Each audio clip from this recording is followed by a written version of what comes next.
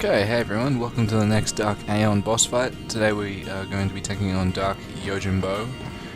It's an interesting boss fight where it's different to the ones we've encountered previously, where we have to fight him 5 times. It's different to the Maga Sisters, where I know individually we had to fight them 3 times because there was 3 of them, but in this one we fight the same boss 5 times throughout this entire map.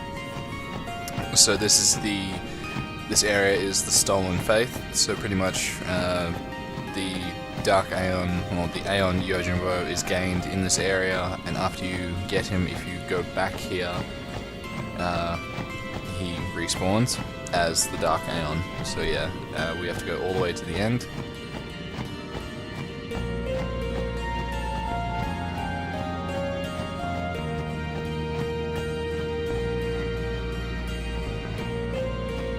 But yeah, so we come back and here he'll be.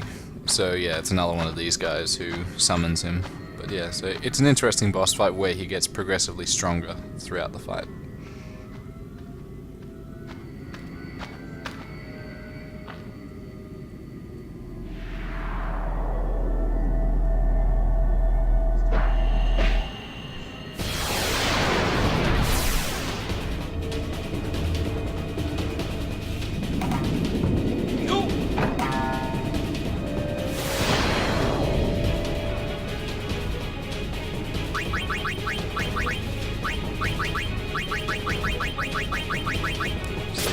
Make sure that I change back to here on Riku so I don't have to waste an attack.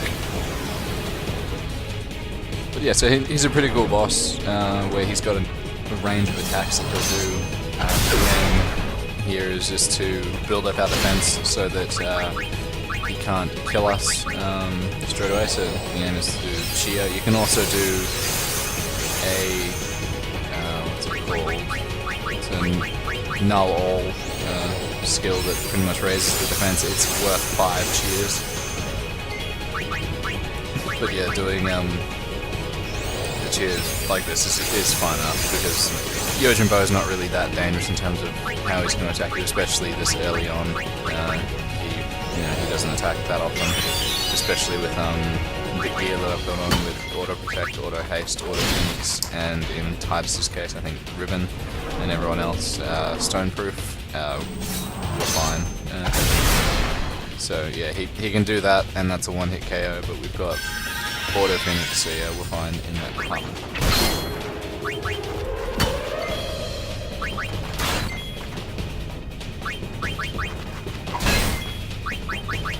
So yeah, once again you need a high amount of luck to be able to hit him. I increased my luck with Dark Bahamut, so that was really just fortunate that I'd done that, because from about Dark Shiva onwards you have to have a high amount of luck to be able to hit him. So, hit any of them really. So, yeah, it's just easier that way, so you're not missing as much. And yeah, so as you can see, he's starting to get tired. His overdrive bar will build up more and more, a lot more faster. As we get on and battle the other forms. So yeah, it's nothing really to worry about now, but we will have to bring out a Dark Aeon, if his, a normal Aeon, not Dark Aeon, if his overdrive bar does build up all the way before we can kill him. But we should be able to beat him before he does anything this time.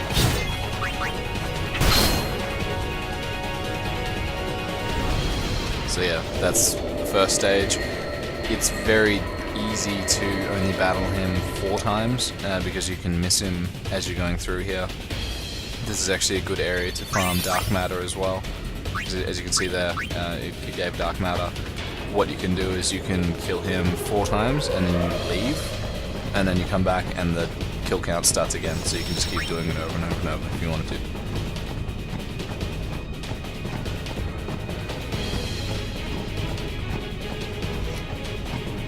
So yeah, we run up here and then we'll run into him again. So there's times where you'll run into him straight away because there's no other way to go, but then there's areas where you might forget to check, and yeah, then it screws up the death count.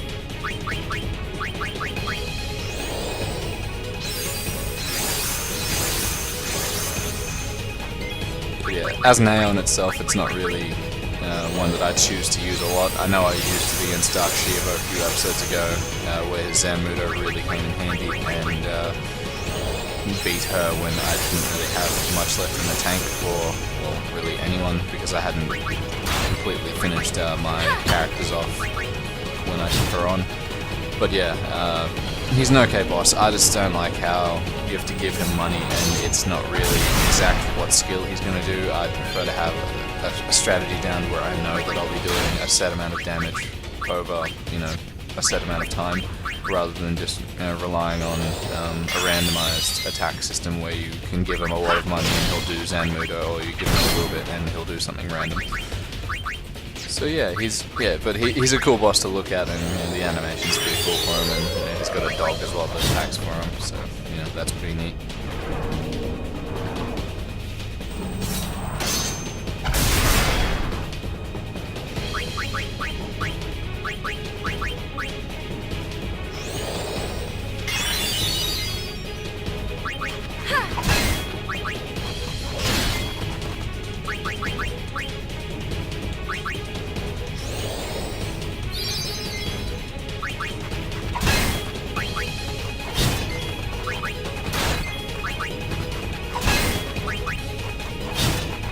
Yeah, there's actually an interesting backstory with Yojimbo that's not actually included in the main storyline, which I think is a bit disappointing, because the area that the Stolen Fayth is in, I didn't show it in the main storyline, but we actually walked past it.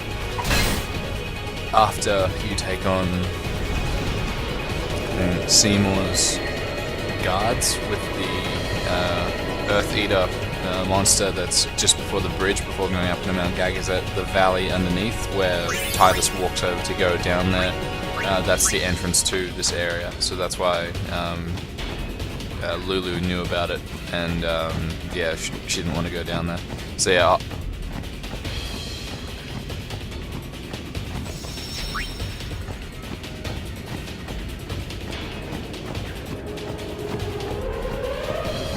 but yeah, it's an interesting story where when you first go down there, it'll show a cutscene, and it'll show Lulu's first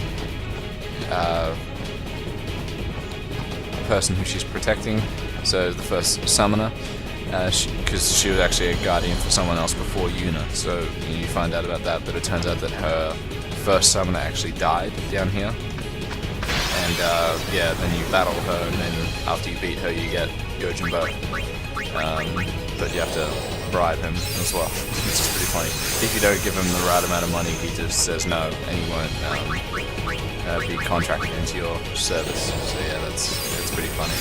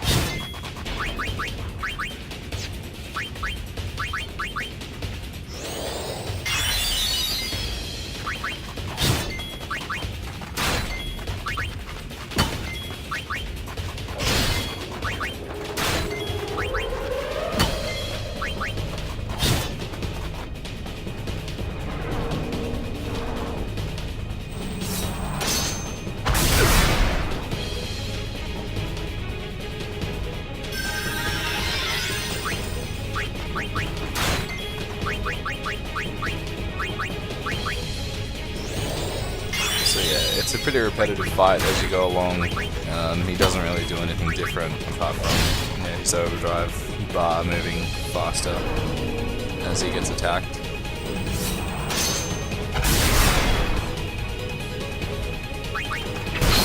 And yeah, that's the next one gone.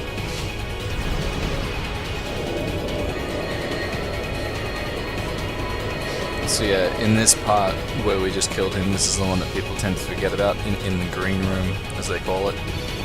So yeah, you can easily just run past and forget about it, but if you did want to farm dark matter, this would be the place to go. Just because, well, it would be the place to avoid, so you just keep going straight past it.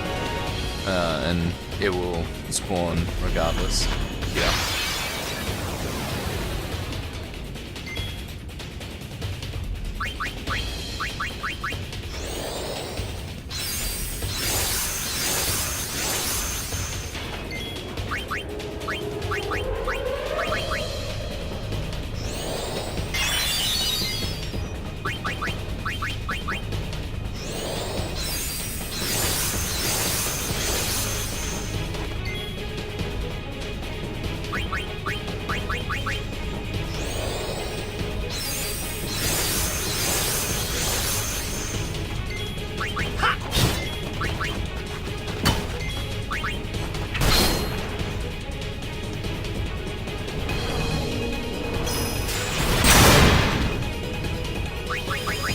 So yeah, that's the one to avoid with the high defense. But yeah, so we didn't bring out a Dark Aeon. I keep saying Dark Aeon, normal Aeon for that. But you know, we survived because I figured we had enough defense. But it can be quite a deadly hit. I don't have any defense gear on. That's gear that I'll just be making for penance when I get up to them.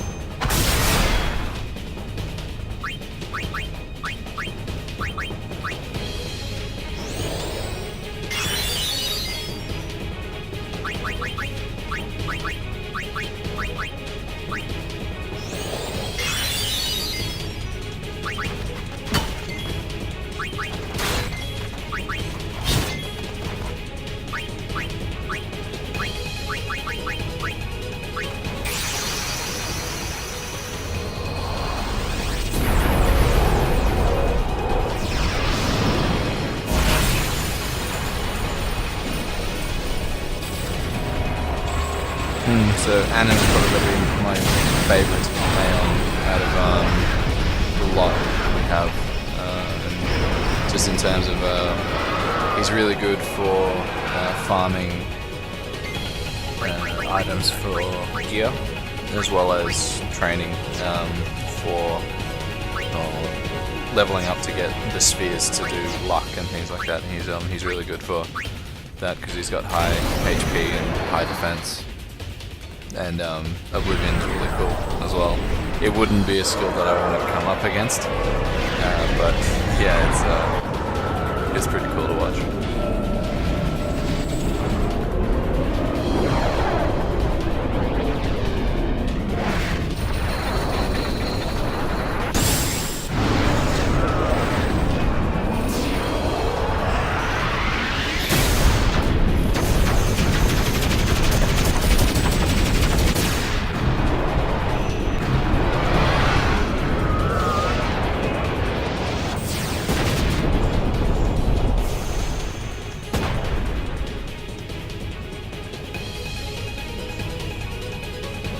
So yep, killed him before he could do his overdrive again.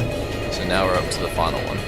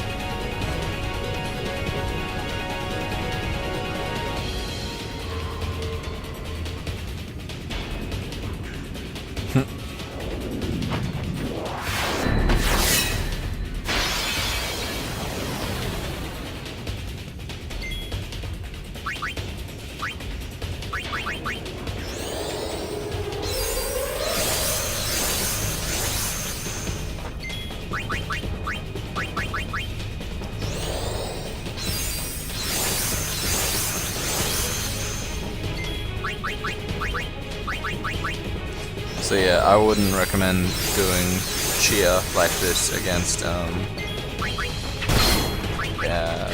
penance or anything that has a high defense attack. I just don't have any of the healing springs at the moment to mix, so that's why I was just doing cheer. But I'll be sure to have them when I come up against penance, because that will be important. But yeah, it pretty much casts the Ultra Null Oil, which just boosts all main stats greatly. So yeah, you mix, you use Riku's Overdrive to mix two things together, and you just mix a healing spring twice, and it'll just increase the stats of everyone in the party. So yeah, it's really worth doing. That was close.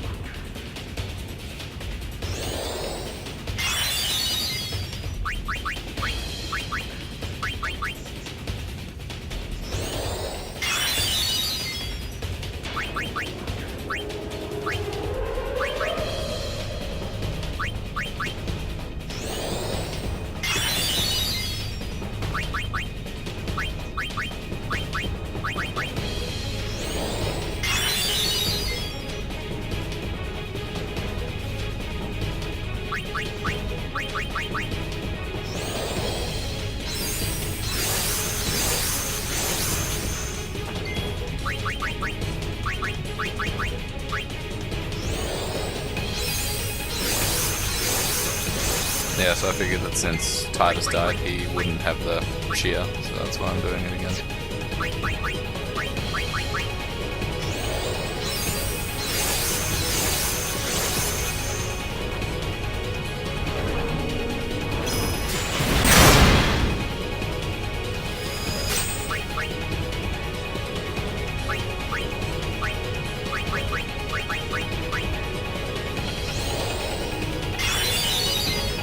Yeah, his overdrive's building up pretty quickly at the moment.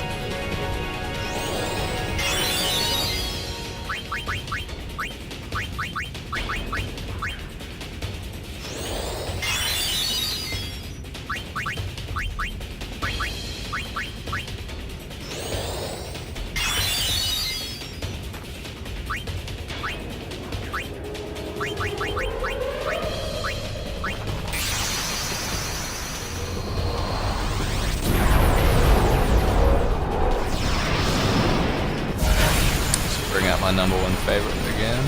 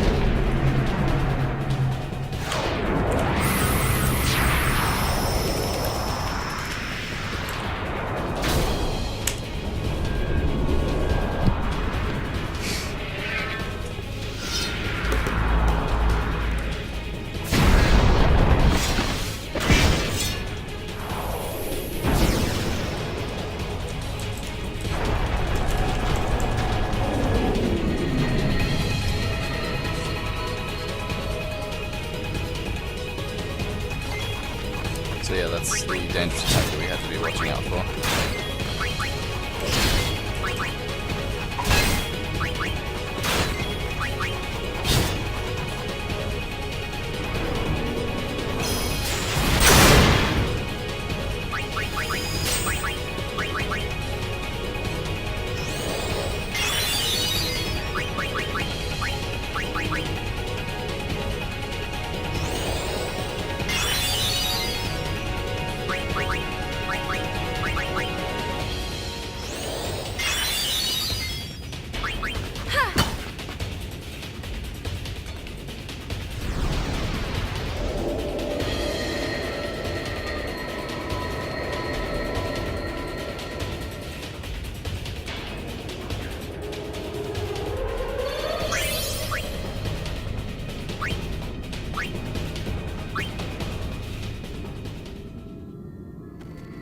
Alright guys, well that's the fight. So that just leaves one last Dark Aeon to go before Penance is unlocked, and that is Dark Anima. So yeah, we'll hit that one up next week, and then Penance will be the week after. So thanks again for watching, and I'll catch you guys next time. See ya.